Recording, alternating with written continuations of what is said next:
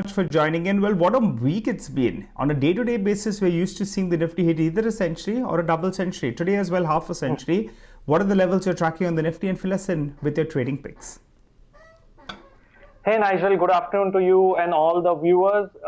See, there has been a lot of volatility that we are seeing in today's session. Nifty went all over the place, attempted to cross that psychological 15,000 mark, went down all over around 14,810, 814 odd levels, and bounced back from there. So I think this volatility is going to be there, and we are going to see it increasing by the expiry as it appears closer. So that's going to be there, but I think it should be an opportunity to buy, because over past few days we have seen a very strong run up, not only in Nifty, across the banking index, which was a laggard. We saw a run up in that index as well. We saw a huge outperformance from the metal space. So practically most of these indices, high beta stocks, are participating. So that is a healthy sign, and these kind of corrections are good.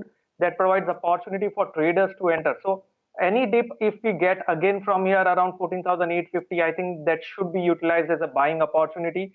And on the downside, 14,800, 810 should be maintained, which is today's low. And on the upside, yes, the psychological 15,000 mark needs to be crossed. If that is crossed, we might be headed much higher towards 15,100. So in a nutshell, buy on dips. That's the strategy. Near around, if you get at 14,850, 14,860, and on the upside, expect 15,000 as the first target, and maybe 15,100 if that is crossed.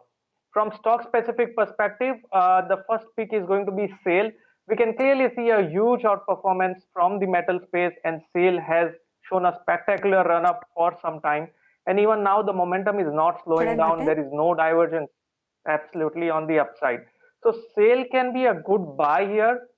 Maintain a stop loss of 104 for the target of 117 in this stock. And the next stock on the buy side is going to be Happiest Minds. We can clearly see again a strong wave pattern. Looks like a third of a third starting, which is a very strong wave that we can expect over here. A good consolidation happened, and now again it's headed much higher. So Happiest Minds one can buy, keeping a stop loss of 659 for the target of 731. Okay. All right, Ashish, thank you so much for joining us. Well, let's cut across to the management of Hindustan Unilever.